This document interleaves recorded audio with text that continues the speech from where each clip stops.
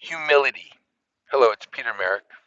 I've wanted to make this video for some time on humility. I think one of the problems that I've faced in my life is the lack of humility. Years ago, I went to a fund meeting where a gentleman ran a fund that averaged 47% for 5 years. And in that moment, when people are looking at him as being a demigod, he shared something, an insight about himself and about his environment. And what he said is if you are a duck in a pond and it starts raining and the water level rises and you rise, you're very arrogant to think that you're the one causing it to rain. We have to step back and we have to understand, or when I say us, I talk about myself, and maybe you can learn from some of the insights I've gathered. Step back and understand that many of the things that come to us, especially the things that are difficult, are our greatest teachers.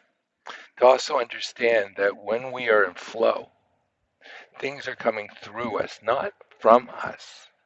And it's when people actually buy into their ego. Something else I've realized is many people are frightened children. I was one. And what I mean by that is we look for some parental figure that is going to tell us that we're going to be okay. And what we do is we give up our power.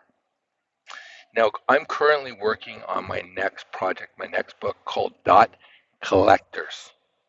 And I want to share with you the premise of it. You cannot connect dots without first collecting them.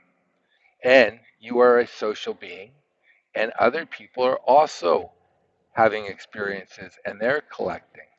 And if you come to them with one insight, one idea, you're able to share your experiences while they're able to share theirs. And together you're able to widen your map.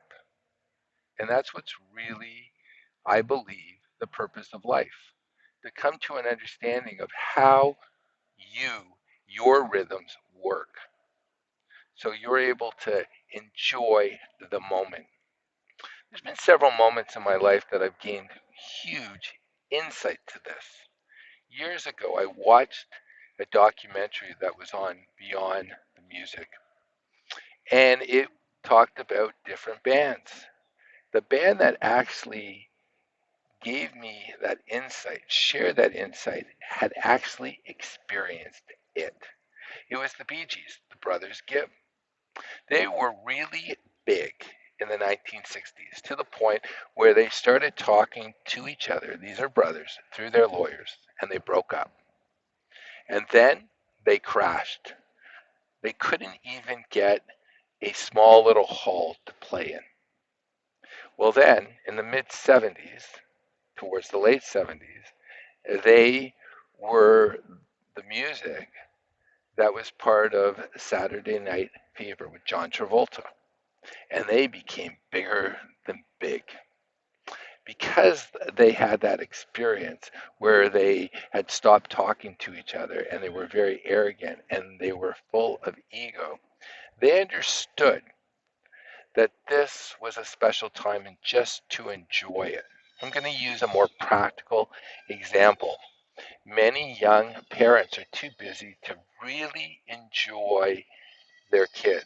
But when they become grandparents, they stop and they just look at the wonders of life. Each of us are here for a certain reason, and it is our job to find out what that is.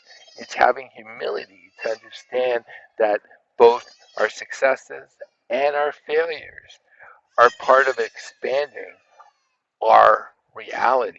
And this is something which I just wanted to spend some time speaking about because one of the things I have seen is many of us have failed to show humility, that we've made mistakes. We want to show everyone that we have it together. And the truth is, we don't. This is my first time through life, and I believe it's your first time through life, experiencing it in the form that you're experiencing it. I want to share those thoughts with you. And today, step back